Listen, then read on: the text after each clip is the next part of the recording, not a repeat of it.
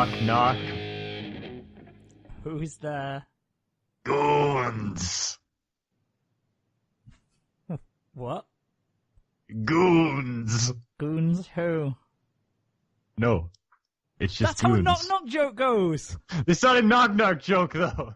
It's just goons. It had the perfect way of doing a knock-knock. You said knock-knock, and then I went, who's there? And then you responded. That's all of the precedence of a knock-knock joke. Yeah, but this isn't a knock-knock joke. It's goons. Hey, speaking of which, why did Susie fall off the swing? Why? Because she had no arms. Because Jack punched her in the back of the head. There's a lot of things. Knock-knock. Yes, hi. Knock-knock. Hi. Who's there? Not Susie. She Oh, got no okay, arms. She can't knock.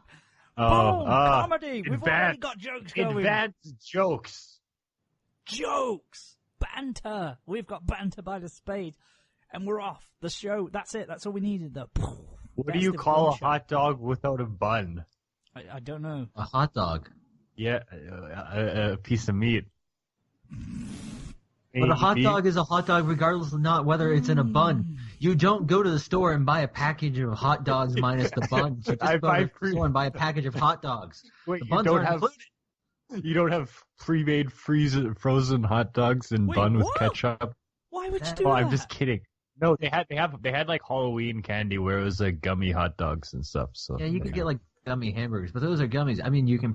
There is probably There are frozen pre-made burgers. frozen. There are frozen burgers, but like they don't have like ketchup on them, or it's like cheese and a it comes in bacon a at little- the most. A little sachet, God. and then you put it on afterwards. Can Anyway, you imagine fuck all that Imagine shit. how gross that would be if you had like a pre-assembled hamburger in wrap that you'd put in like the microwave for like a bit. They have them everywhere here. But like a hamburger, like it's in bun and everything. Yeah. You have the bun. No. You have the burger. You have the sauce. You have the cheese. Yeah, they do. They come in like little cardboard boxes. Yeah. They're That's little disgusting. boxes. They're actually not too bad. Some of them. I wouldn't eat them on a regular basis by any means. Yeah. Well, I mean, I but, guess you know. I've had two in my life. it's like One- yeah. I have two in my life. Once was in college. Doesn't count. I was in college. Doesn't count.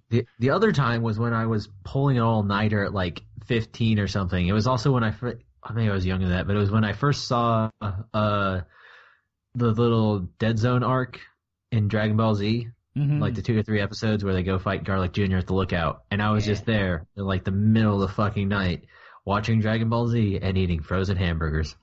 Fair enough. It But was you know, disgusting. when you think about it, they make pizza with all the toppings and sauce, so why would it be so weird to freeze a burger or hamburger? Why don't we just buy the pizza bun and just make the pizza, but it comes frozen, so it'd be the same if it was a hamburger? It's because the hamburger bun is just like normal bread and it doesn't really come back the same way you'd want. You don't bake it. I guess if you had a bun you baked along with the hamburger fresh, that'd be something else, but it's not like that. It's just like frozen bun that you heat up. Yeah. Strange. Anyway, let's start the show. We had it. We did. I know This we is what- started it. Let's This actually. is what the whole episode's about. Frozen We got to food. introduce ourselves or they Yeah. won't know who we are. This is what's pretty amazing. I think it's been 130 episodes, but I think this is the fastest one that we've derailed anything into a totally irrelevant topic. We So, didn't well derail. done, We were guys. never on the rails to begin with. We've I think that probably, if we'd have to look back, but I think that's the quickest we have gone into a tangent. But yeah, welcome. It is the Manga Raiders Community Happy Hour podcast. You have heard that and read that right. My name is Simon, better known as Vacant. To my virtual left, I don't know why I'm straining. It's Manimal. Because he's on the other side of the ocean. I'm sorry. Oh, okay. I thought you were cutting out then. I was like, oh, great, Manimal's going to drop out on the call. That's going to be full of joy. Manimal's here, and to his virtual left, we'll swing it round to Coryn. Hello. There we go. It's just us three today. No nair. It's a no nair zone, and obviously Lego and all those motherfuckers aren't here. Even though we love Please them. come back to us. We miss you so Done. badly. The show's better without you. There, I No, said it. don't say that. Called out, destroyed and ruined for eternity. And if you think that's wrong, then come on the show and prove us wrong. Reverse psychology there, because I'm smart. I've got a question for you guys. It's something very important and pressing and close to my heart. No, that wasn't my dick in that picture. Hey, why have you got your dick close to my heart? That's what I want to know. It's the picture is close to your heart. Oh. But it's not my dick. I don't know whose dick that is. You gotta stop holding that close to your heart. I know. It's good. My heart attracts dicks. What can I say? But, Manimal, how was your week? My week was pretty normal. Nothing too extreme happened this week, actually. I could actually mention last week because I didn't get to talk about that. Oh, last yeah. episode. How was your last 2 weeks? So you can imagine great religious experiences, like seeing Jesus on toast, or like peas are arranged in like a cross or whatever. Like all kinds of crazy things. Yeah. The great religious experiences. So of our first, time. actually, I told you guys this yesterday. I can't believe I've never said it. Long ago in like 1998, there was like this small city in like in Nova Scotia, and they saw Jesus on the wall of the Tim Hortons. So it was basically like the way the light was made it look like Jesus, and it was like a phenomenon that all the people from the town came to look at. So it's like the face on Mars, where it looks like a face if the image is real blurry and you kind of squint, but if like the sun moves a couple degrees, it's completely ruined. Yeah, and they were just checking it out. And then there's some guy here who owned a record store, and he went off to live in a secret community in Nova Scotia, somewhere around there. Now, you mentioned that. No, go back. You mentioned that. What do you mean a secret community in Nova Scotia? It's like an off-the-grid community that's like really tiny. There's like no cars or anything like that, and they regularly perform a play reenacting the time that Jesus was on the Tim Hortons wall. This is real. There's articles of it. I showed you guys. I guess I'm just asking, is it actually secret? Like, do you need to know someone to get there? Well, I don't know because I don't know the the name play. of it. I don't know the name of it, but the play. But is that because it's secret or because you just didn't ask? Because I didn't ask, because I heard him talking to someone about it. Anyways, they actually do a play where they talk about like how the people's lives changed after seeing Jesus on the wall of Tim Hortons in Nova Scotia, and I thought that was pretty amazing. I was going to say, because you mentioned it was a play, but ultimately the whole setup to this play is someone saw a light that looked like something. Like, how much plot could you really get out of that? No, specifically it was on the wall of Tim's, though. That's the important part. I think, conspiracy theory time, it's a subtle marketing campaign from Tim Hortons to make you believe that, to make anybody who's religious, or at least a Christian, to believe that Tim Hortons is the coffee of choice for our Lord and Savior, Jesus Christ. I'm not particularly religious, but Jesus on the side of a Tim Hortons if it was nearby. I know that I want to drink Tim Hortons now because, it's good enough for Jesus, it's good enough for me. It's the coffee o' Christ. Hell yeah. Officially endorsed. Go. But there's also at this record store there was one guy who talked about he's like a super weed dealer, and he has like an island that you can only get to by ferry, and he was talking about how he like supplies like people like like the tragically hip and stuff like that. He's like, yeah, you got my weed community, you can come out, you got to come by ferry, I supply all these people. And he was just talking about this in the record store. I was looking around and I was like, oh, should I be hearing this right now? It's all So you're saying there's a secret weed island we could go to if we ever come to visit you? It's not here. It's I don't actually know what part of the country it's in. Is it? But he was in your local record store? Yeah, this guy was just like visiting town. He was just coming. I don't know his story, but I don't even know how he'll be affected if it gets legalized either. Is it in the same place as this community then, with the play about Tim Hortons? Because then it would make more sense. These two things, are they one and the same? These two stories happen at the same time. I heard them at the same time. That's what happens. A bunch of stoners running around going, "Whoa, Jesus is on there, man." It used to be so weird at that record store because nowadays I only go in for a little while because they always play the music too loud and it kind of just stresses me out, and I don't really like the people that go in there. But it's like a hipster hangout kind of thing. It's connected to a coffee shop, so like it smells amazing though. Old vinyls and coffee. Ooh. And it's nice because they revitalized that area of town, which was for many years not there was literally nothing there, and then they just made all these little places and whatnot. But yeah, it's not my people, even though I like records. But the point I was trying to get to before is religious experiences. You can imagine them. But the other day or the other week, I got the privilege of meeting an authentic Newfie, and let me tell you, there's nothing like a Newfie, man. Explain the term, please. A Newfoundland person. No, he's from Newfoundland. He's a Bayman. Bayman from Newfoundland. Bayman? He's Bayman. That's what he called himself. What's a Bayman? I don't know. He's a Bayman. You need to explain what that term means. Is that his name? A man from the Bay? Yeah. And he was just taking this big road trip to Alberta, and he came in and he's like, "Oh, I wants to get rid of my fucking phone." Like, he was just talking like a Scot. He's just talking on the phone. He's like, "Shut the fuck up." But he didn't have like a Scottish accent, but he was talking exactly like a Scot with all the same slang terms. And he's also a prize fighter on Alberta TV. Okay, and wow. I felt honored to meet this man. I would too. So he sounds Scottish. He's a Newfie. Yeah, like he's also like a Bayman. Newfies have like the most slang in Canada, and it's basically just like Scottish except with no Scottish accent. Newfie Bayman. Yeah. Okay. It was pretty extraordinary, you know. I met the guy from Nunavut, and then that guy, and it was extreme.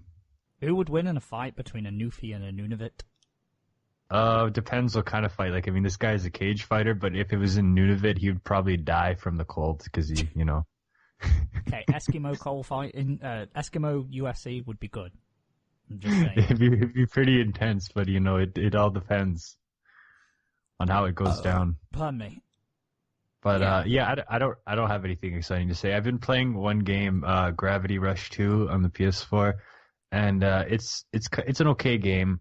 It's like just one of those like action vaguely RPG simple open world games, and it's like usually I don't really like games like that, but the open world is really simple, and the way it's arranged is fine. But it has like gravity manipulation where you just like fly around and stuff like that. And sometimes it's really like frustrating to control, but it's also pretty unique.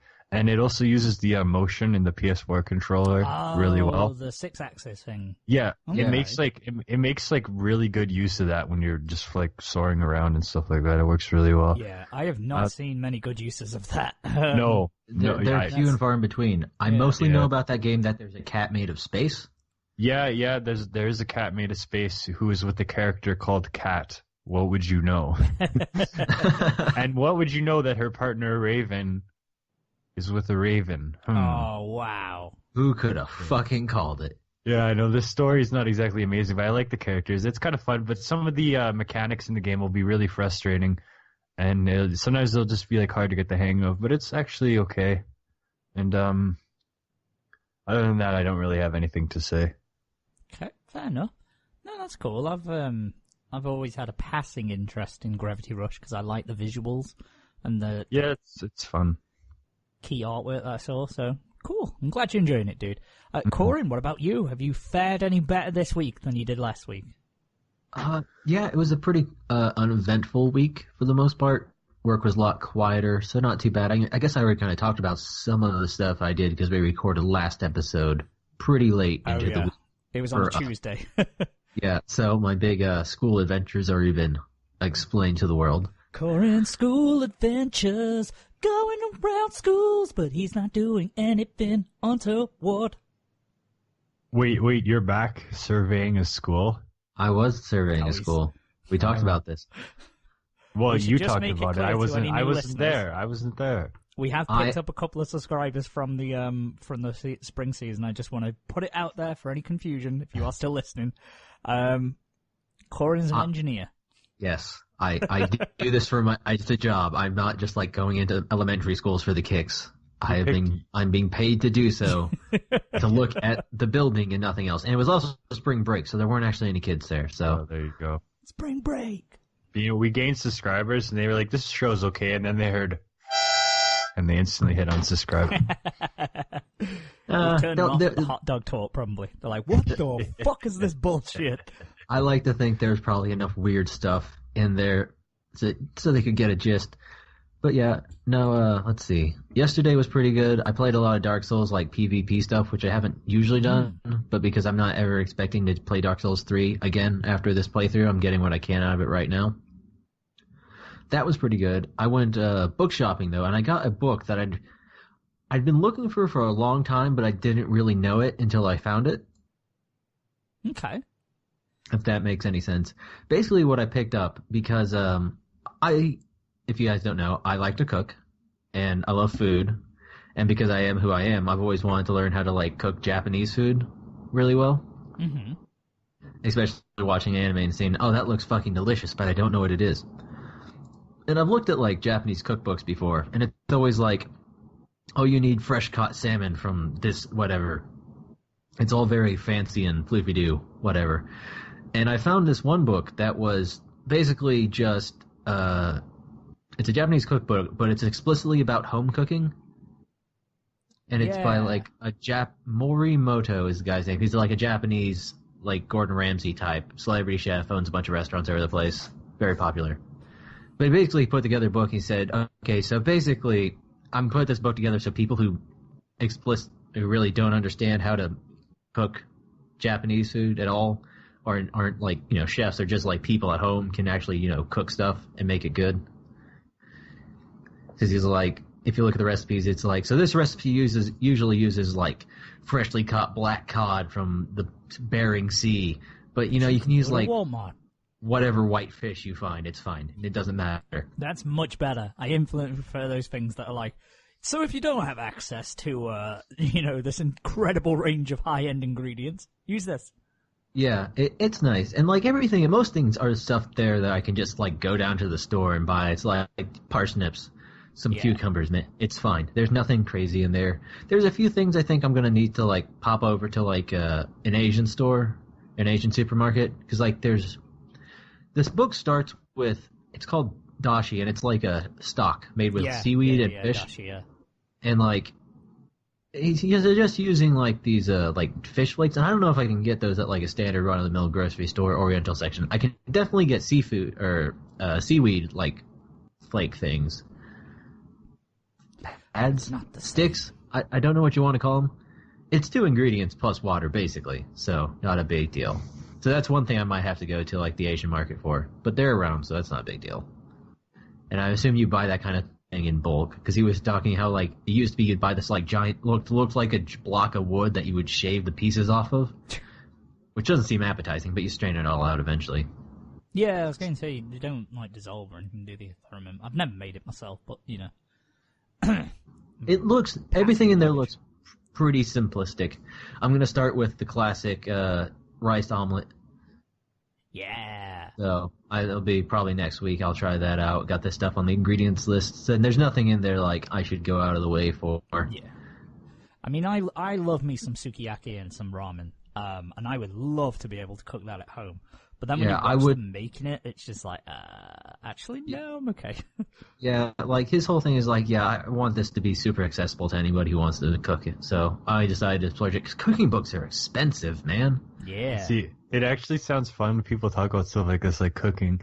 Like, obviously for me, you know, I don't live on my own or anything, so the idea of cooking is, like, kind of silly. But, I mean... Why is it kind of silly? You can cook for yourself. You do cook for yourself. Yeah, but I put stuff in the oven. Look, most of cooking is just applying the right things together at the right temperature. Yeah, I know. It'd just be crazy one day. I was like, hey, I'm going to make dinner. I mean, you think about it, like, yeah, wouldn't you? Isn't that a thing that a nice kid does? I mean, I'm not as a the kid, things that but you find crazy. It's true.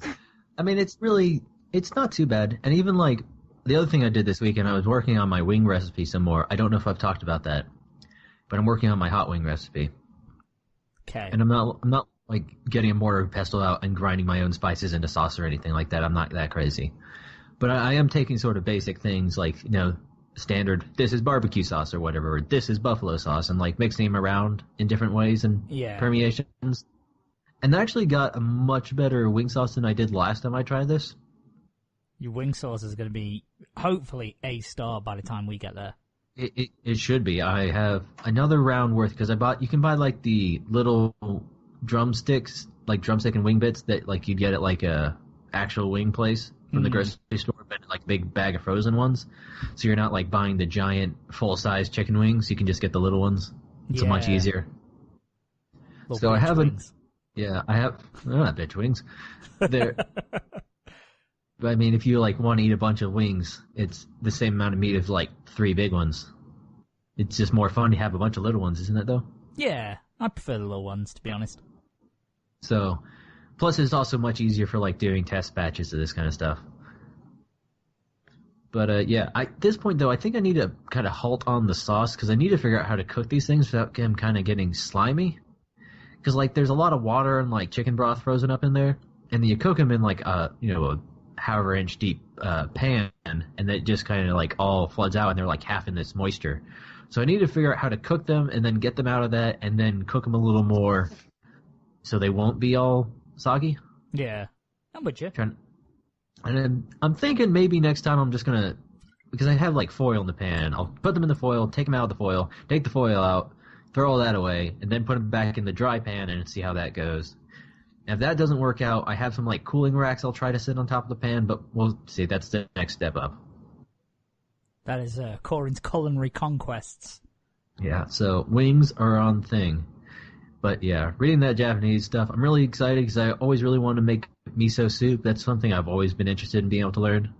Because I had it one time when I was pretty young. Went to a Japanese place for something. I think it was like at my cousin's birthday or something. And I had like a little miso soup appetizer, and it was fantastic. Yeah. My totally not Japanese grandma is super good at making wonton soup. I don't think that's Japanese, though. I mean, I have no idea. Yeah? Chinese. There's probably some shared similarities. Asian, yeah, I was going to say, obviously, like, European cooking crosses over, American and Mexican cooking crosses over, just as, like, all Asian cultures cross over, so, There's always crossover. The one thing that did surprise me is that apparently I've been trying to use the wrong kind of rice for everything before. Because apparently what I've been buying is long grain rice, which is, I looked at the grocery store, that's basically all they have. And it looks like normal rice. But like apparently the rice they like to use over in Japan for Japanese cooking is like really stubby little stuff they call like sushi rice, I guess is what it's generally marketed as. Rice. But I never see it over here. So that might be another thing I need to go to the Asian market and just get a big bag of. But I have a big bag of long grain rice, so I'm just going to stick with that for now. I mean, I can't say I've ever noticed a difference between the two, to be honest. I think it's just with the cooking techniques. The sushi rice is going to be cooked slightly differently because there's less mass to every individual grain of rice. Yeah. And it's going to work out a little differently when you measure it, but I don't think that would be such a big deal. But I don't know, like, because I do want to try the sushi at some point. Yeah. And I imagine I'll want to use the actual sushi rice for that to make things stick right. And of course, I also don't know if it's like a different breed of rice, if it will have like different stickiness qualities. Again, I'm still pretty getting into this, so we'll see. Damn, Master Chef. Oh yeah, so that's most of it. I did some good writing today, so hopefully next week I'll start posting some chapters of stuff. Mm-hmm. The long fabled chapters. I can't talk because I am nowhere close to posting any of my stuff. But it's still chipping away. Well, I have one chapter of an old story ready to go, one chapter of a new story ready to go, and 2 chapters of new stories that will be ready to go probably within the end of the next 2 weeks. Holy shit! So I've been all over the place. Which is nice, because if I ever get bored of writing one thing, I can just hop onto something else. And they're all slightly different in, like, tone, so, yee. Hot damn, people aren't ready. Hot damn. You ain't ready! Who can handle it? No one can handle it. No one can. No one will, which is the sad part. Not even Little John and Fat Man Scoop and R. Kelly could handle it. Don't know why I brought them 3 up randomly, as if they could. MC Chris is the only man who can do it. Just MC Chris. I think Exhibit might have a chance. X to the Z. That man. I love good old Exhibit. But, this is random, but like I was saying, it gets so appealing because even like I went to my friends and they're going grocery shopping like a few weeks ago, and it was just like fun to just watch them buy all this shit because they like live in a place with their roommates and they're making stuff. I was like, man, that looks fun. They're just making things. And if I could, I'd get the pierogies going in honor of the Polish restaurant that I miss every single day of my life. Oh my God, every single day I'm thinking about that restaurant. I mean, I gotta tell pierogies. you just gotta start. What? You just gotta start trying, man. I don't know. I make pierogies and I make pierka. Pierka. Yeah. Oh, rip Polish restaurant, but Literally every day I'm like, what do you want? Subway? Lame. What do you want? Little Caesars? Garbage. more like Little Caesars. There's no restaurant. There's one Japanese restaurant that's pretty good here that I'm like, yeah, I like that place, but nothing is even like 2%. Pierogies. Not 2% as good as the Polish restaurant. I miss it every day. Ooh. No, never mind. Okay, onto my week then. And Coryn, with your car troubles last week, you fucking passed the curse on and jinxed me. Well, thank God. House. It was my home that got fucked because I returned home the day after we recorded late at night. Because obviously I work quite late into the evening, so I was coming home around midnight, set foot through the door and realised that it wasn't locking, and the front door would not lock at all. And that's kind of an issue, because, I know you guys in America have your doors unlocked all the time, but us in England, that's a no-no. I'm not far off the main road, I mean, we always lock our doors. I don't know what people who don't, honestly. Stereotype. Because we have all the serial Damn killers. Of course we Americans. lock our doors nowadays. But, yeah, so that wasn't locking, so which is a pain in the arse. So, had to get a locksmith out at 2 a.m. in the morning. It was really funny, actually, because he came and he was, like, really hushed. He's like, hi, are you okay? Yeah, like, keeping his voice down, to not disturb the neighbours or anything. He's like, yeah, what's the matter then? Oh, yeah, okay, yeah, all right. And then proceeds to whip out his drill. Yeah. It's like, come on, dude, all the subtlety. Hi, are you okay? Yeah. I think that's kind of part of probably the bedtime manner. Especially because I know locksmiths will occasionally be called out to somebody who should not be going into a place. Yeah. And they're probably trying to suss you out at that point. I mean, I'm inside the house. I've got my shoes off. I answered to him. It's not like I'm on the other side of the door. I mean, things happen. But yeah, that shit was bad and costly. And I just like, could you imagine this guy doing an ASMR video like that, where he's like locksmith roleplay, where he's just getting all quiet and then all of a sudden, yeah, because it'd be perfect because he could be like, messing with the screws and shit, and then just smashes his drill out. Goes off in the middle of the video.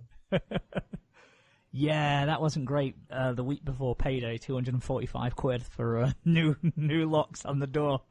Oh, but yeah, that cost us normally. And then a couple of days after that, the fucking bathroom got flooded. So, the house it's still standing, it's still there, but it's not had much luck in terms of it. They say bad things come in threes. And when we came to do this podcast, we were a little later going on because I was going to open the laptop. But it's alright. I thought that might have been broken, but it's okay. Nothing's broken just yet.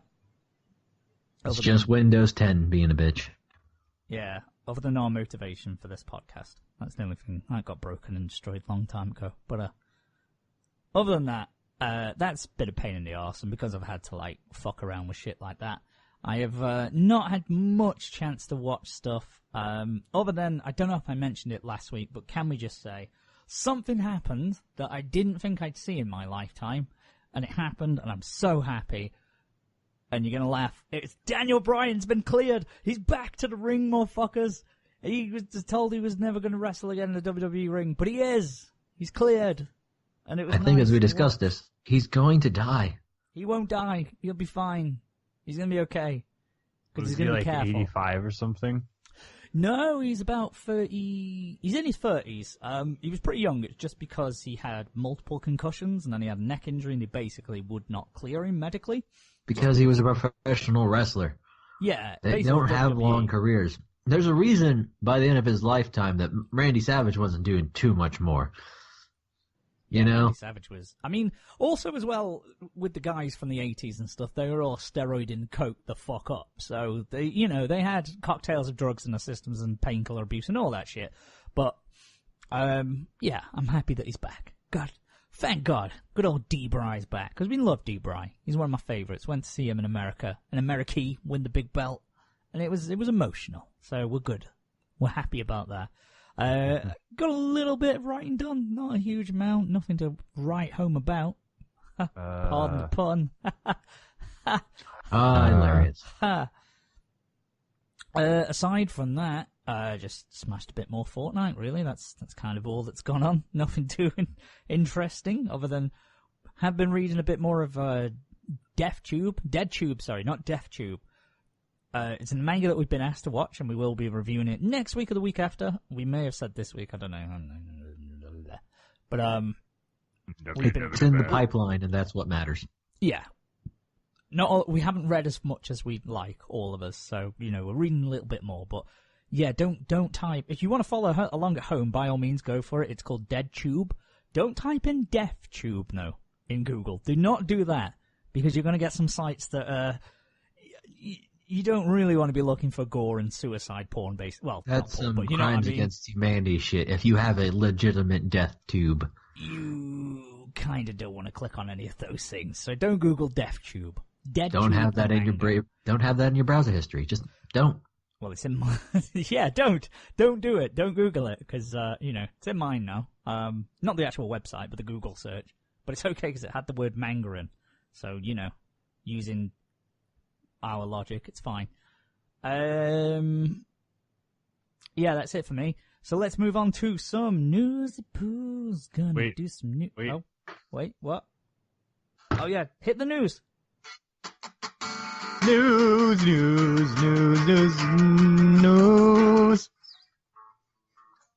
That was beautiful. Thank you very much. Yes, ladies and gentlemen, my name is Vacant. I'm here today to present you with the news.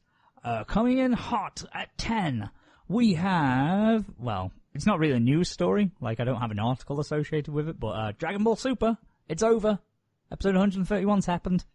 Mexico rejoiced as they watched it. That's on a indefinite hiatus. But now it's finished.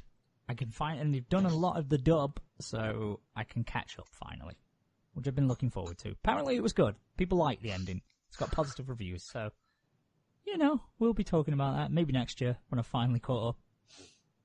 How far did you get into it, Coryn? Are you caught up with the dub now, or? No, I kind of lagging behind after the fight with Clone Vegeta. That's kind of where I got up to. I didn't get back on the bandwagon with it. Since it was kind of the thing I was doing when I was, sitting in front of the TV, not doing much else, but. Yeah. Like, if I was eating, I'd throw an episode on. But, my phone's been having, weird troubles. And I restarted it, and I haven't tested it out yet, but I haven't been able to cast to my television for, a week. So, I need to get back on the board with it. Especially now that it's ended at however many episodes. But, I was up to date with the dub anyways, so it's not that big of a deal. Yeah, I'm literally waiting for the dub, so... I'm probably, 5 episodes behind on the dub at this point. I just want to, I want to get to, because we retweeted an image just because of the Black Goku part, and it's just when the police are trying to shoot Goku, well, they're about to, and then Trunks comes and stops him and goes, "Wait, he's not black!" And they all stop shooting. That's brilliant. I love it. It's set up so great. Yeah, I guess I did get to the part where Black just, showed up back in time. But other than that, that's about it. Alright, some good shit. But yeah, like I say, it was a huge event, apparently across Mexico. They were filming it, they were streaming it, in public places and stuff. They fucking love it. Hey, everyone loves a little bit of Dragon Ball, so... Everybody does. But... it was cool. It was they were, showing it like it was a fucking huge, fighting event. Like a soccer match. Yeah, it was like a sporting event, legit, there was hype and stuff behind it, which is cool to think of, actually, yeah. I'd love to go to a bar with a few beers and watch me some Dragon Ball Z. This is the real reason Trump hates Mexicans. Trump just hates Dragon Ball Z. You know what I I found? know he thinks GT is better. You know what I found? Mexicans also really love Morrissey as well. Anytime you ever go to any of those videos, it's all Spanish comments. Yeah, so I guess they're big fans of him. He was a little bit of a maverick and a wild child, so maybe they enjoy the revolutionist in him. He's Morrissey. Morrissey, honestly, he's one of the most fascinating artists there is, I think. What a guy. He's funny, Morrissey. I used to like the Russell Brand show because he would talk about how he went, like, he'd hang out with Morrissey, and obviously Russell Brand's, he's a huge idol to Russell Brand, Morrissey. But he's very, like, chill and calm, and obviously Russell Brand's the opposite, and it just sounded amazing. Like, I'd love to be a fly on the wall. Well, they actually did do a documentary, but I'd love to just see their interactions and stuff. Oh, yeah, because, I've been listening to the Smiths and all that recently, and his stuff, and... Well, because I was reading that random book I told you about, about second generation Irish in England. It's a more interesting book than you'd imagine by the title. But I don't know. Yeah. Just a random side note. It's okay.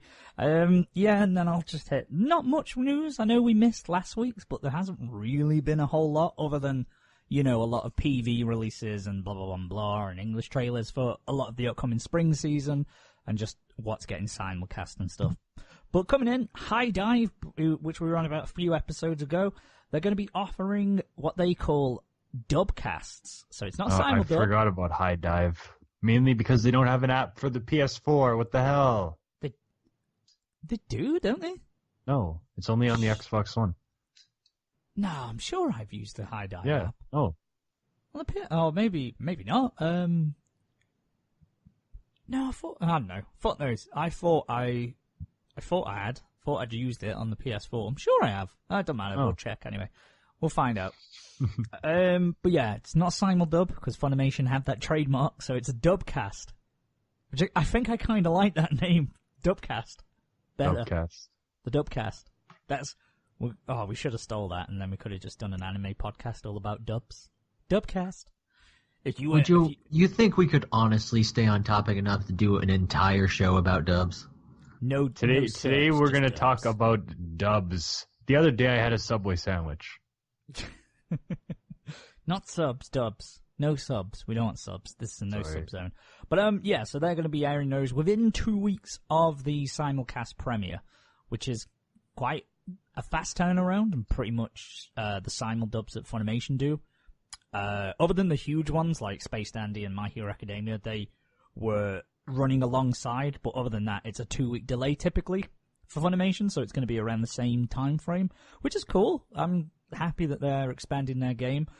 Not so happy about the titles that they've got. Nothing that particularly interests me. So they've got Do they have Alice and Alice? Yes, they do. That's the headliner for Hidive, is Alice or Alice. That's their... Well, my faith is shattered already. That's their trademark, because, people in the West they were dying for it, so they had to get that one rushed to simuldub, because that's... Oh my God. What if one Alice speaks English and the other speaks Japanese? Hey. Oh. That's till you keep it interesting. It'd be really dynamic. And they switch back and forth depending whether you're listening to the dub or the sub. See, why don't they do things like this more when they dub shows? Think of all the possibilities. Let's just apply Pop Team Epic logic to all anime from now on. Yeah. Hey, Pop Team Epic was creative as fuck with some of its shit, so I would be down for seeing some of that. There's some awesome sequences. But we'll go on about Pop Team Epic in a little bit, because we can talk about the winter season this week. But yeah, so that's doing simuldubs, which I like. I thought it's worth mentioning just because obviously it's not just Funimation doing the simuldubs. Now we have these guys doing the Dubcast. There's more dubs, which means more products coming to us, so hopefully that's a good thing. We shall see. And it provides competition, and competition is key to a good market for us consumers of anime shiz. Alice and Alice, I'm sure the dub will be fantastic. What if they actually do this amazing dub where they just make fun of the show? The Ghost Stories approach. Maybe. I don't even think it's going to be so like laughably bad. I think it would just be like, what was the one, the Emoto one from? No, Alice. Season? It's obviously it's going to be a show where they just do all like the typical kind of things, and then they just exactly like they're probably just gonna like just go out and they'll have an episode where they're like out in the store, and I don't know. Oh, I mean, if they hire all the usual voice actors, it won't make a difference anyways. So yeah. I mean, it's probably going to just be like that one where it is like, here's some shocking stuff, like, oh, shock value, whoa, and then just the rest is just, here's some bland thing that people wasted time editing and animating. But yeah, that's Hidive.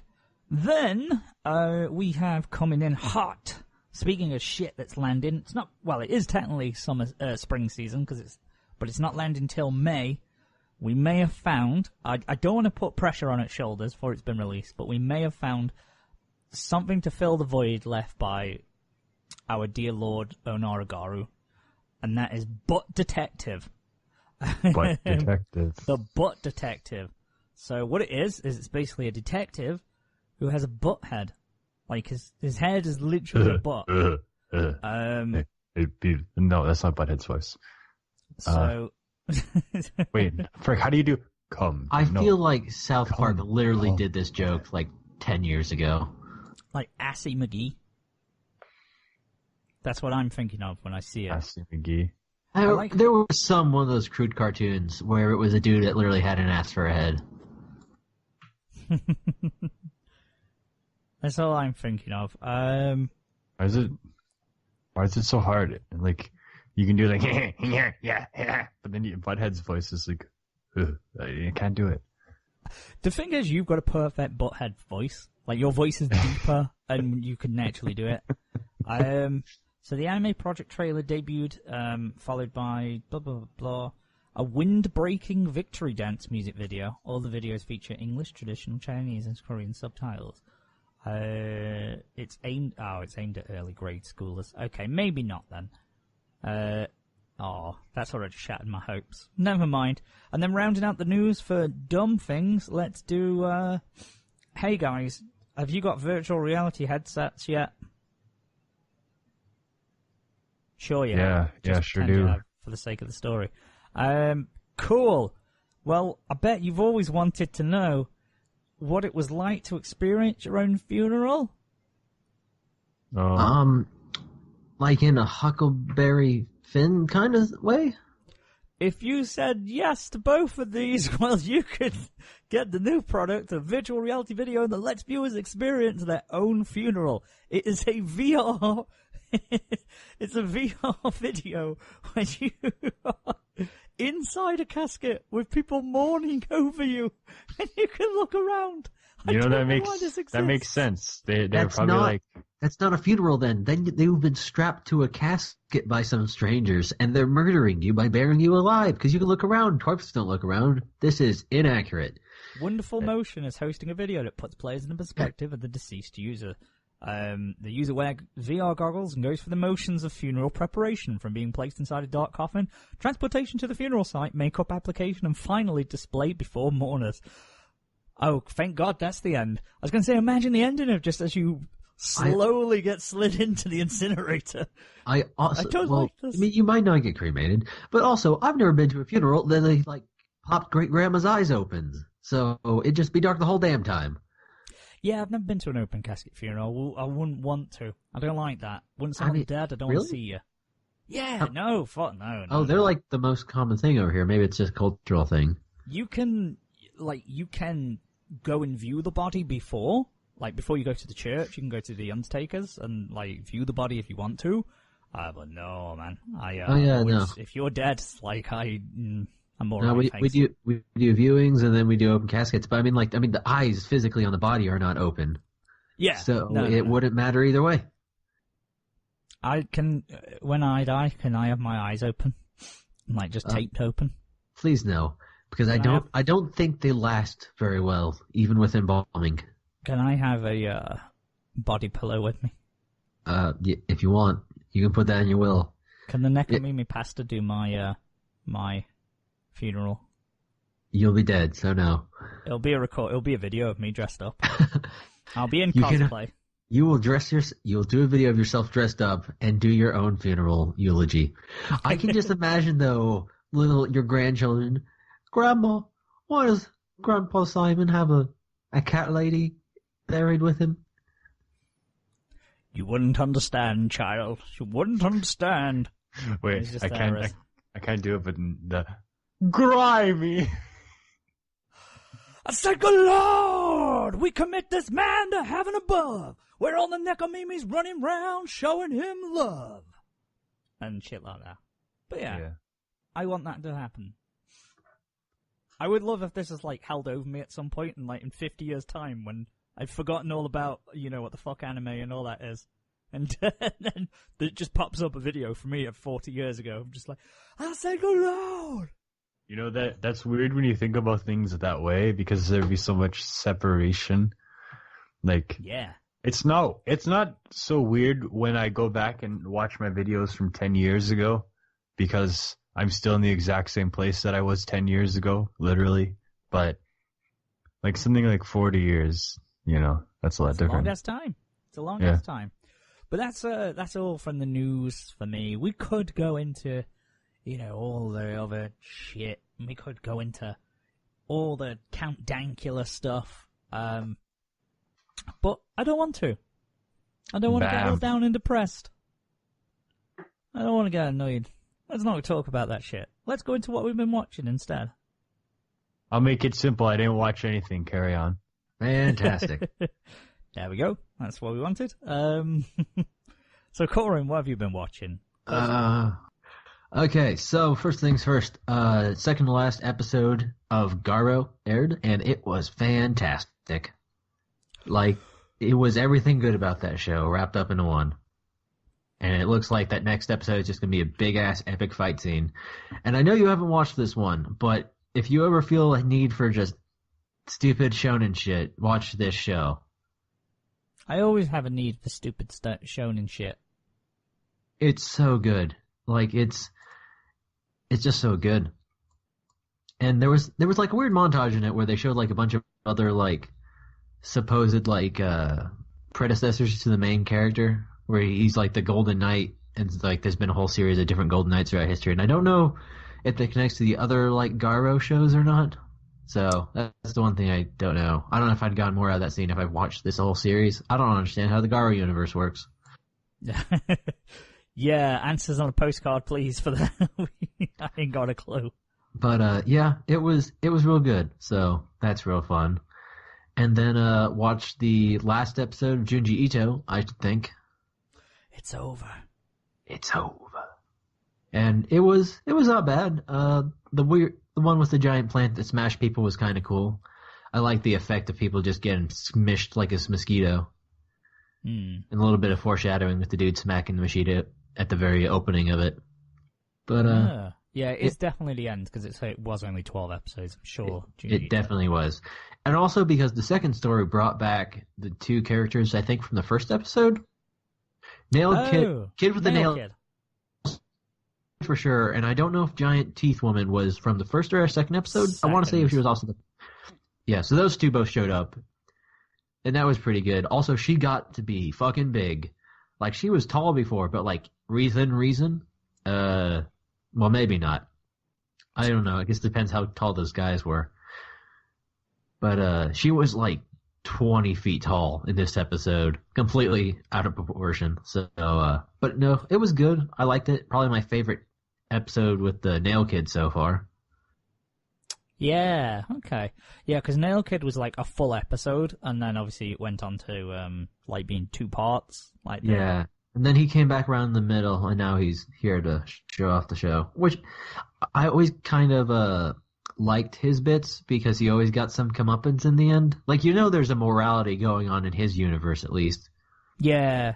Except for the giant monster woman who literally eats people. Except she might be a slightly different giant monster woman. It's hard to tell.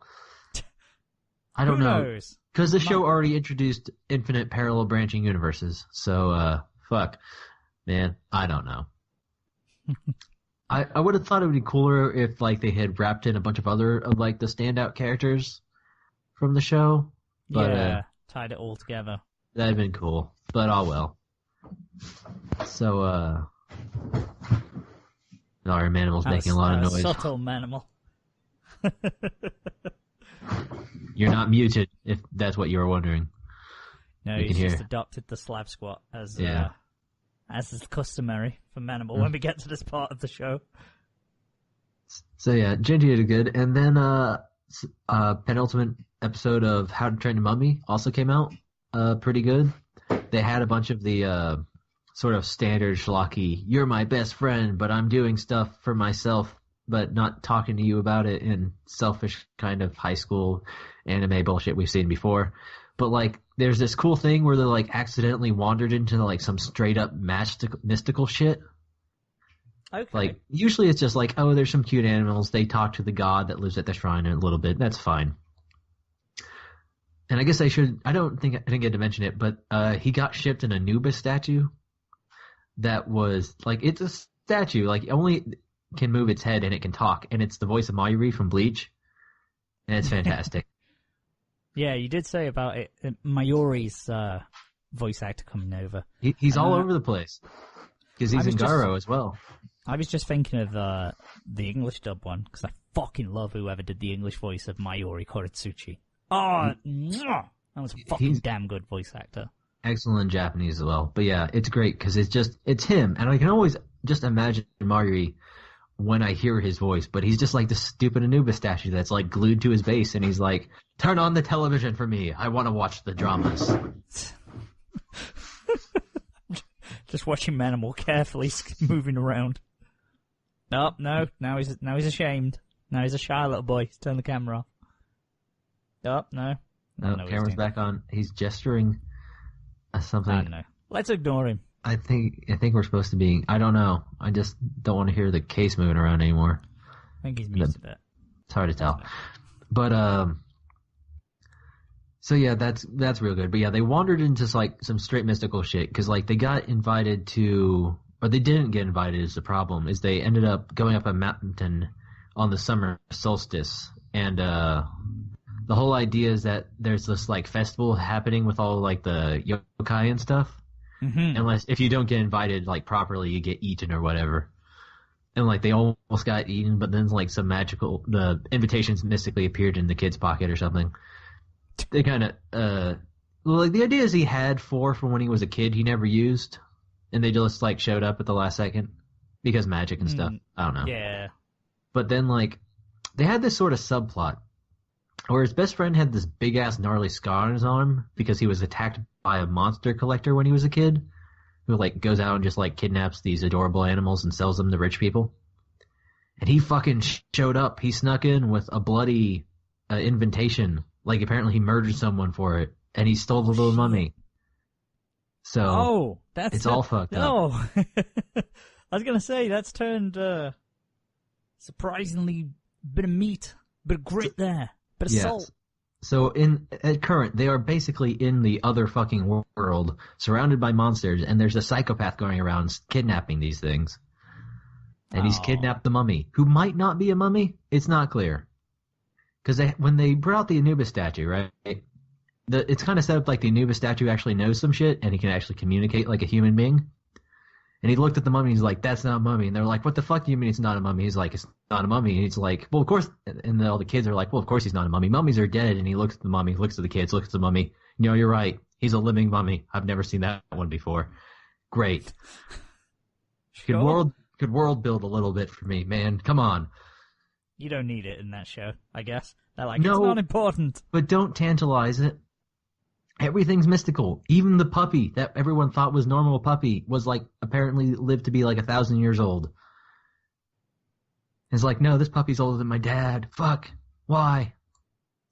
Oh, I don't know. Maybe it made them.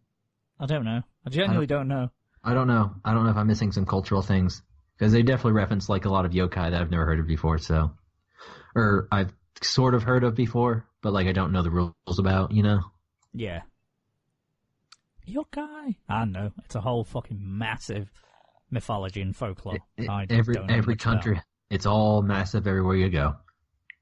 But it's shaping up to be a good last episode. And then there was a Pop Team Epic. Yeah. Oh my god, that last episode. So first of all, I know you only watch one side, but they didn't even have the same bits this Not time on episode necessarily. 11 and 12, because we should speak about both of them, because we didn't do last week's. Yes, I kind of remember 11, but it wasn't as divergent because like this time there were entirely different like visuals going on. Oh, okay. Not even just like a little bit. Like in 11, like one of them was like there's the haunted shining thing, and like one of them's just the kids and they're doing their own thing, and the other one has a dude with a fake mustache commenting on it. Which is the one that I watched and was thoroughly confused when I rewound because, yeah, so it's basically an anime scene where it's, yeah, The Shining, basically. Kids go crazy and kill each other. The one I saw was, obviously, I only watched the male dub, like the male voices, and it's a dude commenting over the top of it, and I'm like, I don't really know what's going on, because I haven't seen, obviously I would have seen that scene originally if I'd watched the first half of the show. Yeah. But I was like, I can kind of follow it, and this dude's doing commentary, so I rewound it because I wanted to see what the female one was. I was like, oh, I wonder what they said, and then there was no commentary. It was just the scene played entirely, which is like I've been saying the whole season. Watch both sides, but in this time it wasn't completely divergent. But the intro bit where they're playing it on the television that usually shows the intro, entirely different stuff. Oh, was it? Entirely different. Oh, okay. There was one Bob Epic Team segment in the half, but both halves had an entirely different Bob Epic Team segment. Entirely different. Not even the same. I love Bob Epic's team. Although the second one was better, as I recall. The first one was pretty straightforward. But yeah, it was a great episode. They fucking murdered a bunch of people. Yeah, they murdered the actual producers of the anime. They murdered the actual producers, or like, of the recording. I don't know exactly how this all came about, but they're like, did you put any money into our show? No, cheap asses.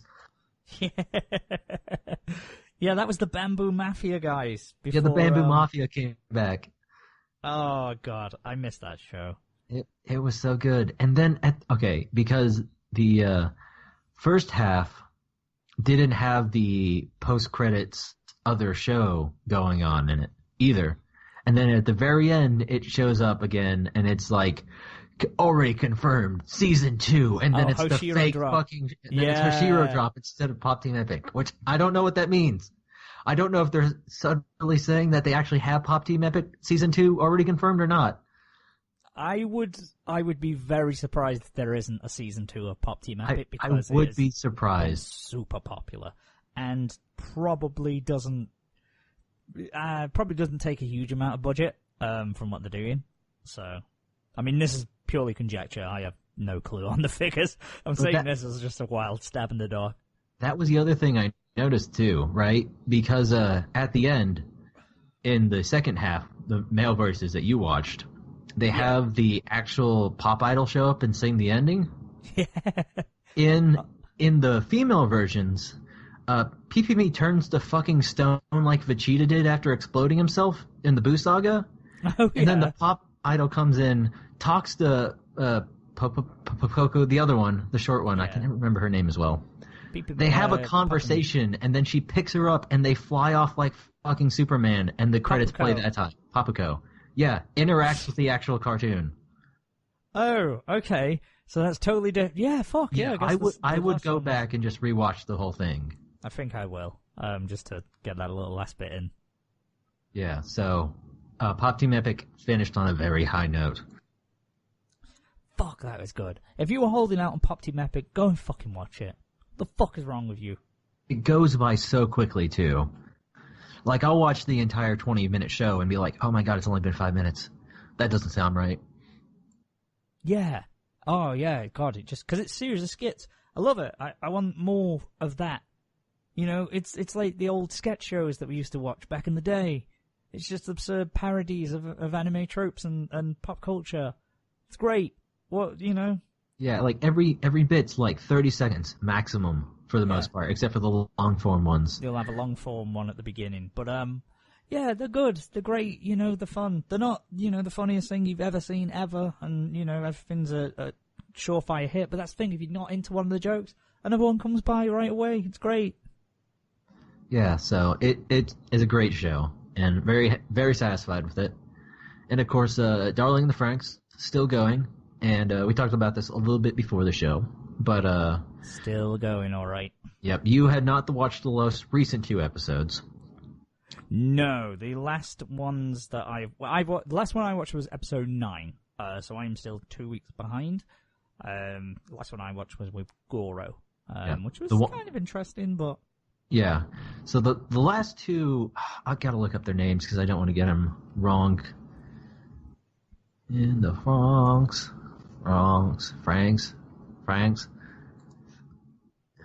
I like how you try to type it in.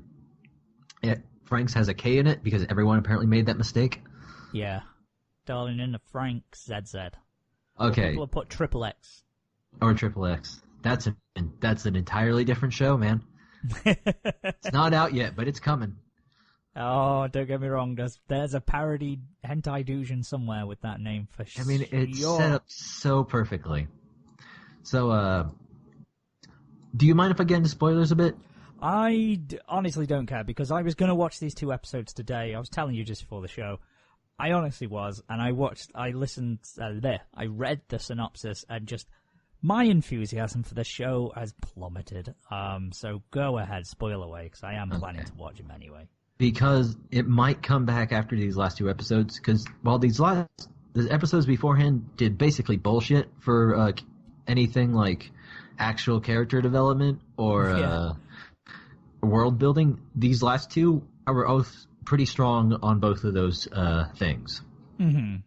So the first episode of the 2 centers around Zorome, the loud, short one, who is my favorite. Code 666, Mark of the Beast, and all that.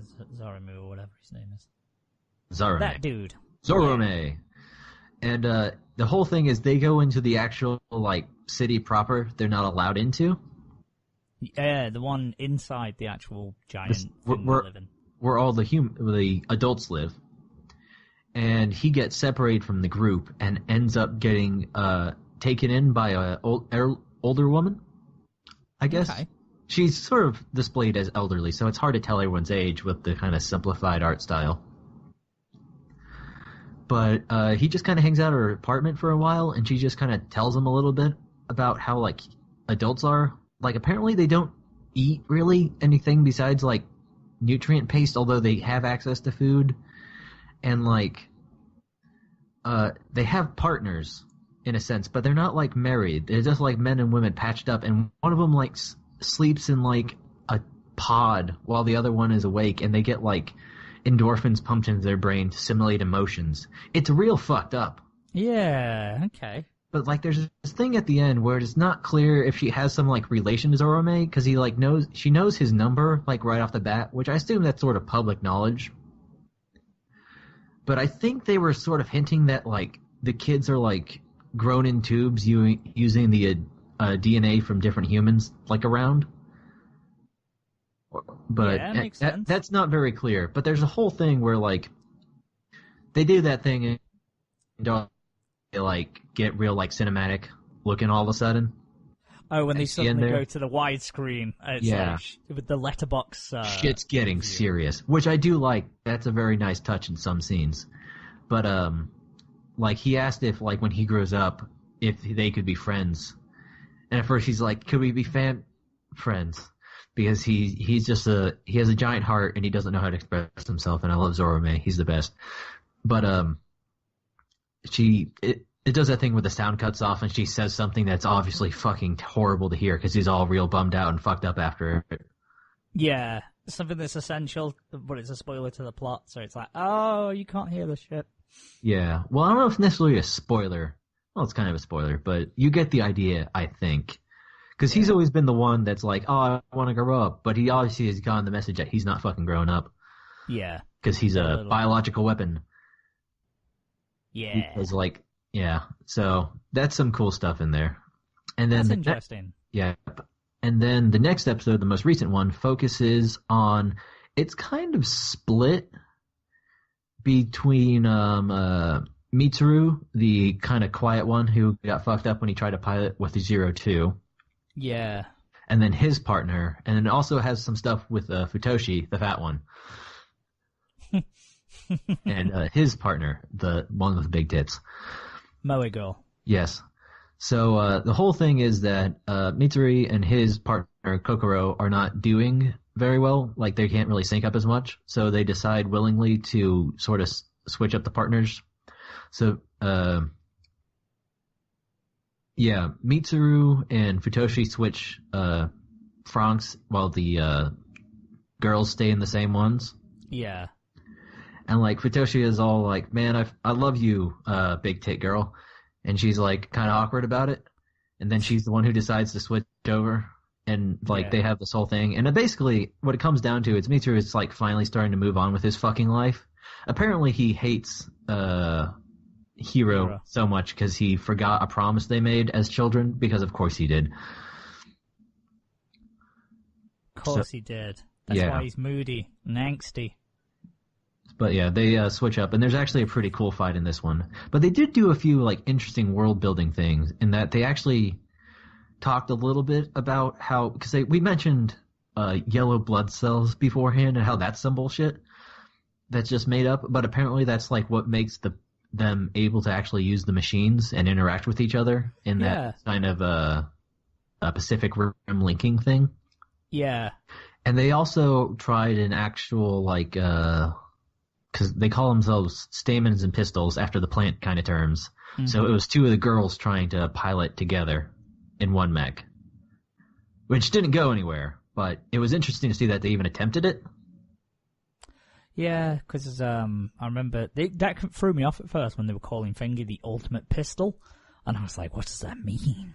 Yeah, if you remember stamen and stuff, I was like, If you remember high school biology, the pistil and the stamen are parts of a plant. That is basically how plant sex works. The reproductive organs. Look how clever the show is. But that's the other thing they get into, because as we remember, Glasses Girl, or not Glasses Girl, the Big Tit Girl, Moe Girl. Yeah, Moe Girl, Ikuno.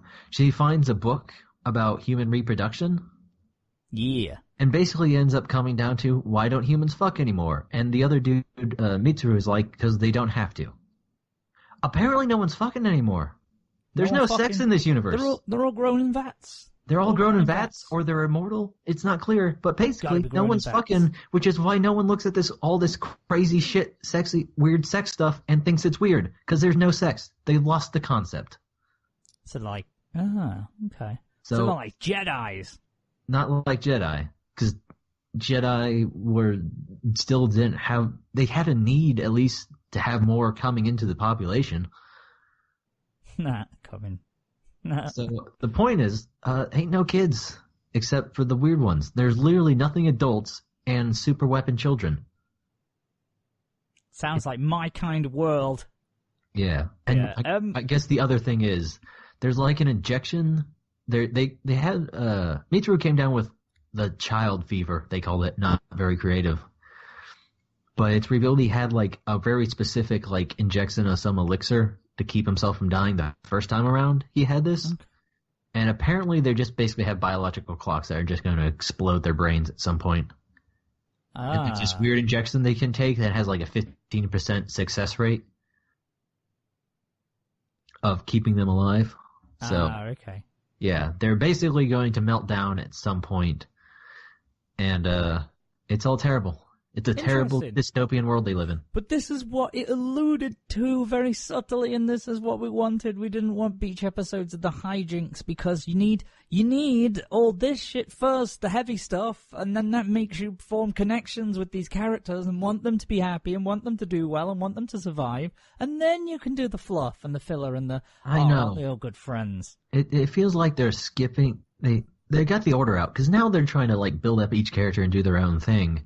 Yeah, it's like they just sort of like, did they all have a break then? Were they just like, let's just put some filler in for a few episodes. Let's do a boys versus girls thing. That's funny.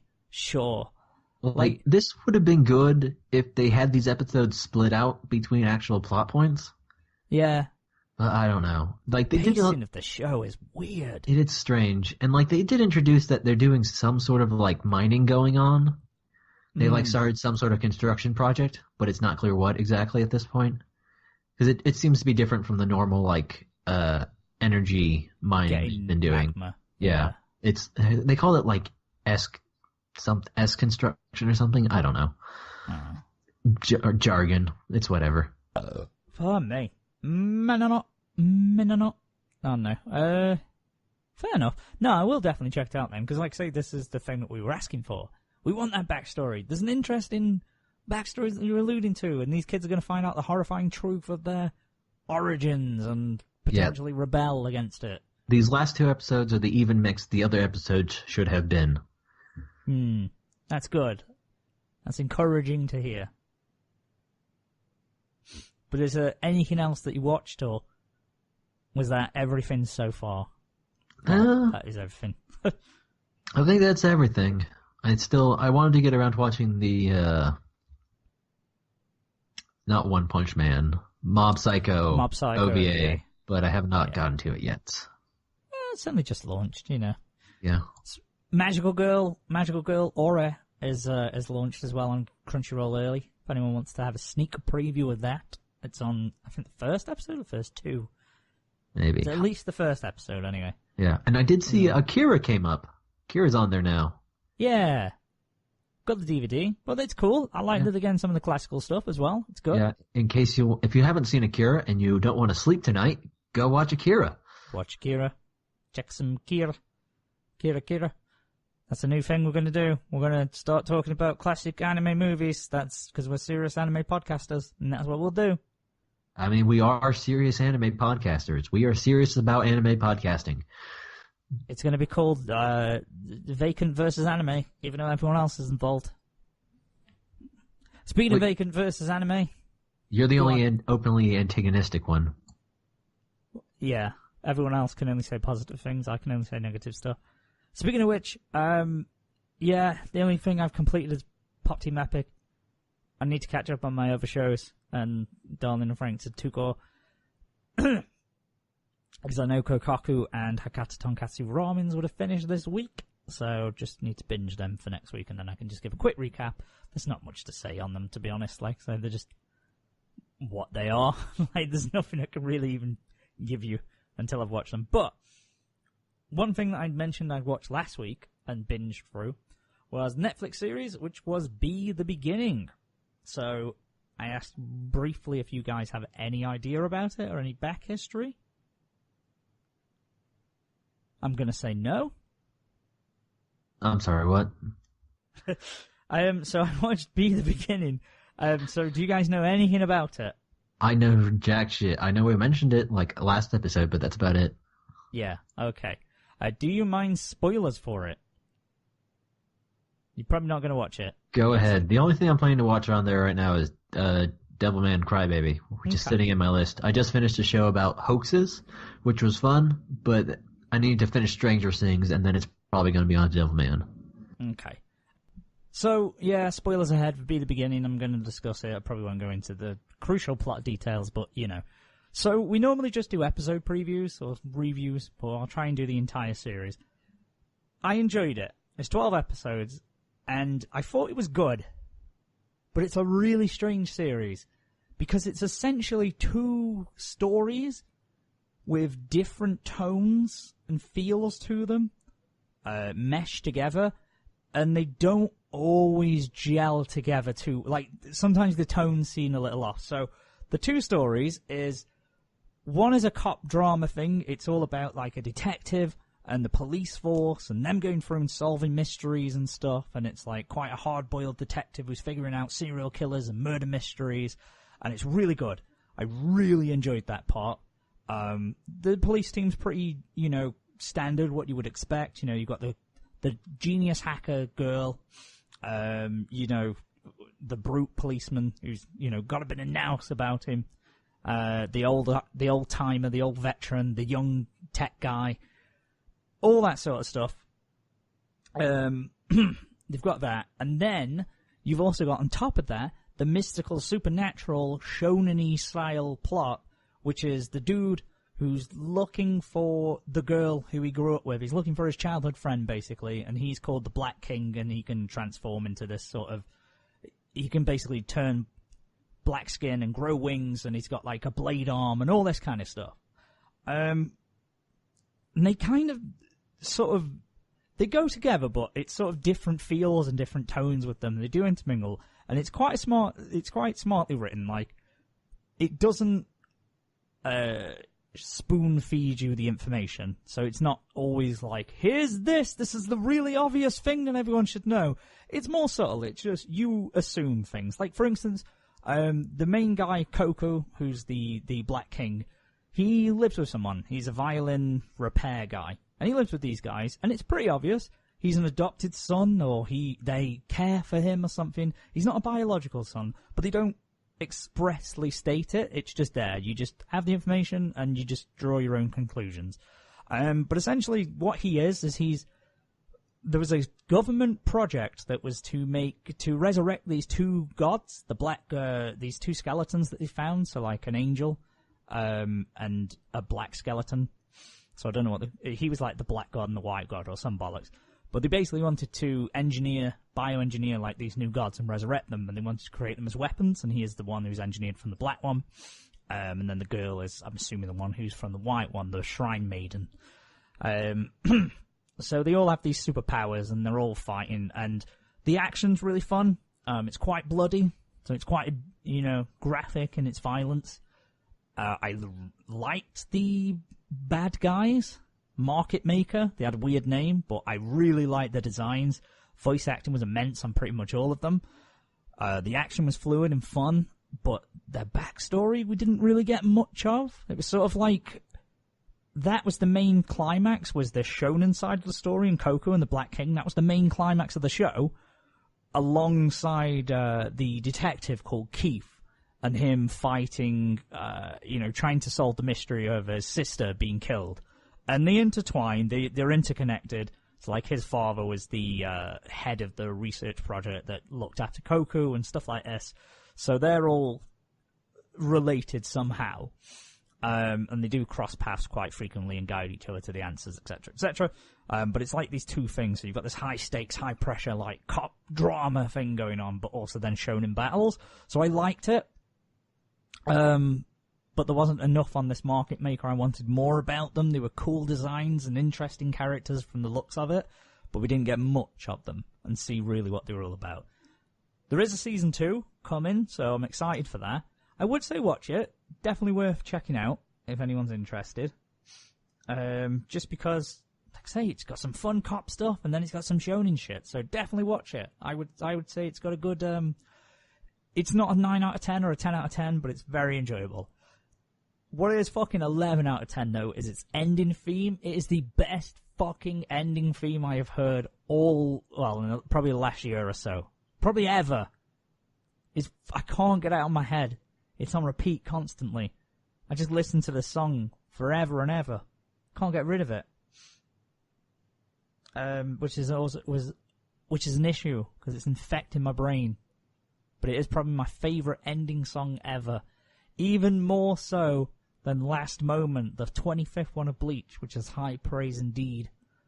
But that's all from me from the beginning. I can't really be asked to go into anything too much. Characters are good, action's good, animation's good, voice acting's good. It's good. Check it out. It's good. Next one I'm going to be watching is probably either Devilman Crybaby. I'll probably wait until you've started watching that as well, Coryn, and then we can actually finally have a discussion about it with Nair. We can. He's already binged it. Way late after the rest of the internet did.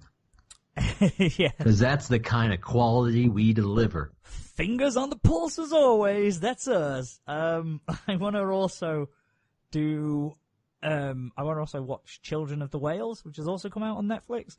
My girlfriend's watched it, and she said it was really, really good. She thoroughly enjoyed it. Is that to be very sad? Narrated by David Attenborough? It's not. And here we see the Children of the Whales, also known as whales. Yeah, I'm not entirely sure what it's about. It's like kids on an island or something, and you can't mourn. Like, I saw the first, 2 minutes, and it's basically someone dies, and they're like, oh no, you can't mourn for them, you gotta be happy, you can't mourn for them, because if you mourn, then they can't pass on, or some bollocks, I don't know, I didn't really read the subtitle clearly. Oh, God. Speaking of being on an island and mourning, sorry, segueing. The other thing I did this week is I played Rhyme, which is one of the free games, I think, for March. So if you have PlayStation Network subscription, you can go on there and download it for free. It's really good. You can beat it in about 6 hours. And at the end of the game, you discover it's all about the mourning process. Oh. So slight spoiler, but it not really, because it doesn't really make any sense until the very end. And it doesn't hurt you to know. And I probably would have figured that out if I had gone from the start menu and gone down to select stage at any point during my play times. Because all the stages are like anger, denial, that kind of nonsense. Yeah, like the 5 stages of grief or whatever it is. So yeah, it was actually really good. If you were out there are grieving, go play Rhyme. It might help you through some shit. Because it's just, it's one of those heavily atmospheric, no voice acting puzzler games, but there's no like super hard puzzle aspects to it. It's just kind of, you go through and you play it, and it's real fun and real nice, soothing. Yeah. Don't know why I just totally paused then. Remind me, like, yeah! No, definitely check that out. I think I downloaded it, so I will certainly have a gander. It is excellent, and there's a bunch of collectibles if you're into that, although not necessary to understand what's going on. Necessarily. I think some of them could help. But, yeah. Okay, awesome. Well, that was all pretty much I had with anime. Yeah, not watched a lot, unfortunately. Just been a busy week. Shit's gotten in the way of tings, so will hopefully have all my winter season shows wrapped up with the exception of Donald and Frank's, because it's too cool. It will be carrying on. And then, this time next week, there will be some spring shows released. We'll be talking about some of the spring season already. Oh, spring season. And presumably we'll be also talking about Deadpool? DeadTube. That's the one. Hard to remember. Yeah, we'll be talking about DeadTube as well. So yeah, that's it for the summer for the winter season recap. And I think that's it for us in the show. Excuse me, Mr. Man. We're not missing out on the reading this time. I was about to say we're doing last week. We're doing a double reading this week because we ripped Manimal off last week because it was super late when we finished recording and we were all tired. This is also showing that I was listening to you guys the entire time. We know you are. I'm glad that you stayed tuned. Yeah. Yeah. Well, you know what I mean. We're not quite over. The show ain't over yet, guys. If you were thinking of switching this off, don't. Because what we are about to reveal to you is not one, but 2 delightful tales from Manimals. Literally the rest of the story.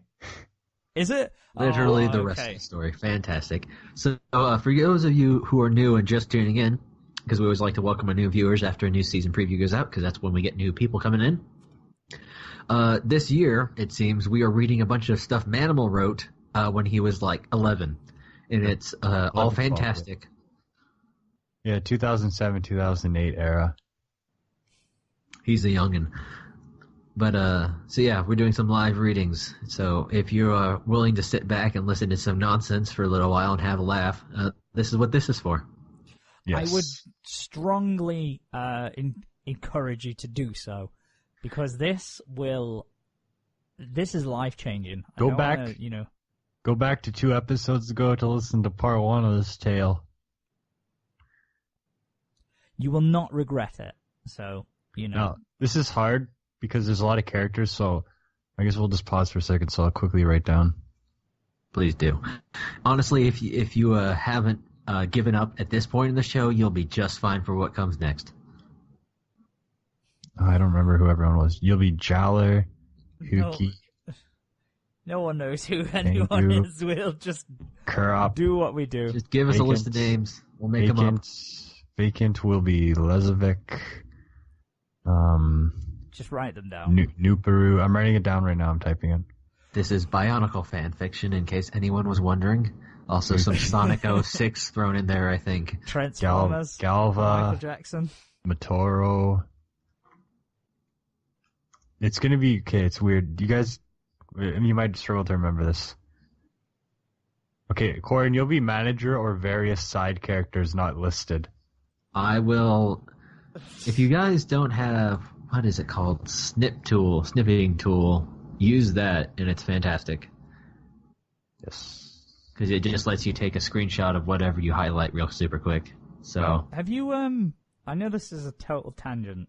Oh no, never mind. Fuck it. Actually, I can't be asked to get into it. Okay, it's just gonna make me laugh. There, try to remember that. And then boom. I have snipped it. Who am I? Oh, Vizon as well. You're Vizon Vacant. Okay. I am Vizon. Yeah, you'll see right at the top who your characters are. Okay. Yeah, so this is Manimals Bionicle fanfic. This is me in 11 years old writing a parody of the Hardy Boys in Bionicle Toa Ignite format. No, 2007 it was the Toamari. Yeah. Wait, no, 2008 because it also has the Fantoka era characters in it too. Manimal knows a lot about Bionicle. Yeah. Sorry. Okay. Manager.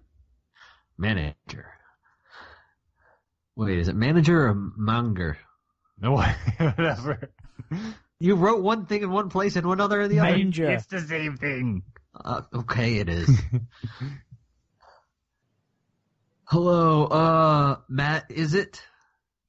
It is Matt. Matt's talking. Oh no, it's me. Ah. Mataro! Oh, right. Okay, good. Mataro just screams Mataro. Good to know. Anywho, I'm Holly. I run this place. Silence from Jala. Jala, she's your sister. Oh shit, I'm a she? Apparently. Yeah. You're also Jolly. What? So wait. Is manager and what? Manager and Holly are the same character. I just realized that right now. To keep them. Okay, but you gave one to me and the other to Vacant, so it's very confusing. I will be Holly. Okay. Yeah, anyways, it's lunchtime. Going that anthers. Who is it? Oh no, it's Mataran. Sorry, I'm not Mataran. You could be both. Wait, is Mataro and Mataran? Matoran are the little Bionicles, so yeah. Matoro and Mataran are different. So Matoran is different, okay. Yeah. Who is it? I'm Mataro. This is Jalar. Whatever. We run away. So did everyone else. Why are you here? Here, sit down. Pulled out 6 chairs and the Mari sit. My dad Lewa didn't treat me good. He loved his frickin' dog more than he loved me. Mataro holding back tears. We are brothers. Our parents did drugs, and we didn't like drugs. Oh, we don't like drugs. Kirop does. Hee hee. You're cute. Oh wait, you're Galva. You have to do the line. Hey, baby, you're cute. Hee hee. You can tell. Hee hee. That's from Who Is It by Michael Jackson. Another Michael Jackson fucking reference. God damn it. Hee hee. That's from Who Is It by Michael Jackson. Oh, Kirip just fainted into his mashed carrots. Oh. Kirip, you okay? I don't know. He's trying to be funny for Galva. I can tell because 1, he's sitting beside her, and 2, he hurt himself on purpose. I thought he was high. No. Right, can you hook you guys up with some fresh fruit? I like oranges. I like Galva. I mean, oh man. Oh man. Kirop, you know. Oh no, that's Levisic. Kirop, you know. Kirop, you wow. You wow. You wow. Do you wow or do I wow? Kirop, you wow. You wow. You fly. You wow. Excellent. Ah, Galva, if you add Tron on your name, you're Galvatron. He's a transformer. Shut up. Wanna fight? Go on, man. Soon it's night and the boys are in their room. Spelled There. Yeah. You got your Metro hip piece kicked out there. To explain, the Metro hip refers to the Toamari hip joints that were also used in the Toamari, the Toa Metro hip joints. Great. Just great. So that's an advanced joke. That is one. Only It's kind of meta. Galva, guys. We used to go to school with Galva. In the book, there is Lily, not Galva. Oh yeah, and Lesovic liked her. Pre-tinted to read Ignition number 10. Ha, Mataro, you die. If you were reading that, you would see I die in number 11. Oh, whatever. I wonder why Galva ran away. I don't remember what the voices are giving these characters. It's a new one every time. I know, I don't know. There's too many. Scene end. Here's another one. Oh god, I wish we could have just cold opened with this. This would have been so much better. Yeah. Okay, Hookie. Is that me? Yes, that's Hookie. you. Hookie. Her dad ate puppies. Vampra. No, Chirox. Well, duh, it's Vampra. There's a knock on the door. Come in. Kurop walks in. Can I sleep here tonight with you? No, because I share a room with Avmatoran and Galvas one. Come in, lover boy. Hey. Oh yeah, and Kirop is Mark in the book, but Mark doesn't like Lily. What are these? I don't know what these notes are. What are these notations? They're from their book. They're from the Hardy Boys book. Okay, Like, right. This is all a Hardy Boy script. I forget. Fine, come in. Yay! Close this door. Why did Galva run away again? Here, Dad wiped her. Whoa. Was I Galva or you? Yeah. Galva. You are, yeah. Oh, Kirip, come back No, don't hurt me. Fucking hug. Okay, guys. Bye. Kurop and Galva walk out. Ah, young love. Then the Mari boys fall asleep.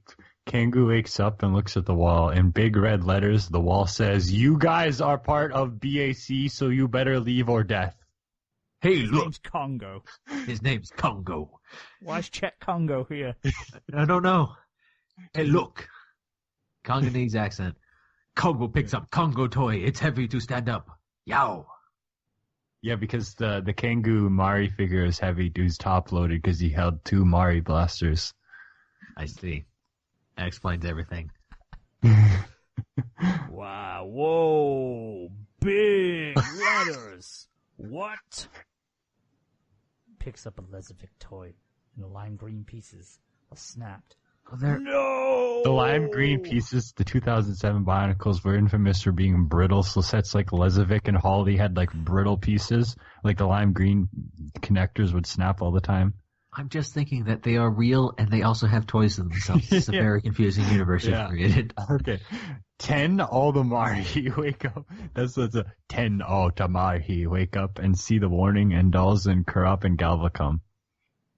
Wait, see, and dolls, so implying that whoever put the warning there also put figures of them. So yeah. Nice warning. Yeah, that's what she said. Oh shit! Is Galva supposed to be a woman? Yeah. Oh, okay. It's a very masculine woman. It's fine. And Kira, I do believe, is a very feminine girl, boy. I'm not sure. Okay, Galva, got to give a new voice. It's keep the voice. We're flipping gender roles. Oh, Kira, want to get some ice cream over at Dits and Dots? Kurop's head blows up. Ah! Wow! I guess that's a yes. Let's go outside. They go outside. And they go outside and see a person playing a guitar, like in the book. Crazy, man. Crazy. This is weird. They go up to her. It's Gorist playing really bad. Gorist singing. We are the chosen ones. This refers to the Dream Evil song Chosen Ones, used in a montage, a Zizma RuneScape interview that me and my friend watched in 2007, and we thought, wow, this is the most epic song. And it's like, we are the chosen ones. How do you remember these references? I vividly remember because We Are the Chosen Ones was in an interview with Zizma, and me and my friend were watching that, and we were like, wow, this song is so amazing. and then he's like, hey, they have these other songs, like the Book of Heavy Metal. Oh my god. Okay. I wrote many comics listening to We Are the Chosen Ones over and over. I'd write like this epic scene. Okay. Where can I buy your album? Album, I wish. Hey, go pick that guy. I think that's an I next to an exclamation mark. I don't know. Whisper into Congo. She could have done the warning. Elizabeth pickpockets the guy just to see what happens. Goris takes a picture of it. What? It's in his first pocket. Do you know about Taco's death? To be continued. Wow, 1,014 words, new record for me. Yeah. Unfortunately, this story was never continued. And the world is lesser for it. That's the Mari boys. I wish I would have got so we could have learned more about Takua's death and why they had to go to his funeral. Why is he asking a random woman busking on the street? No, she knows about someone's death. His funeral in Toronto. In Toronto. Great. Yeah. I think you should carry on writing this. Yeah, that'd be kind of hard. I don't even remember the book. Even better. Manimal, to be completely honest with you, I don't know if you remembered the book at the time. I had just read it. Yeah. But that's it for the exciting reading. There will be more. There's more stories I wrote, so it doesn't end here. But we do have something new. We do have some fresh, hot out the oven fan fiction for you. The Chuny Chronicles continue. Yes. Chuny Chronicles will continue. All right. Just before we do that, no, that's episode 130. Thanks for tuning in. Next week, as we say, will be the spring season first impressions, which is always good. We'll have some we'll talk about a few shows that showed up, and we'll talk about more shows that ended. And it'll be basically a normal episode. Yeah. And we'll talk about Death Patrol. That's not Death Tube. Death Patrol. Death Tube. Not Death Tube. Dead Tube. That's the one. We will talk about that. We'll endeavour to talk about it. And, fuck, I almost forgot as well, because of the Crunchyroll Awards, we did our whole episode-y Oh, things. Jesus Christ. Right, okay, I will take this one. Okay, next week will be my episode. We will still do all the things that we said, but I'm going to have a special little thing for us to do as well. I have to take this one because mine is time sensitive, so just bear that in mind. But get practicing, get researching what you guys are going to be doing for your for your episodes, because in 2 weeks or whatever time it'll be one of yours. But with that said, is there anything else from you guys? No. Go to barrygoldman.bandcamp.com.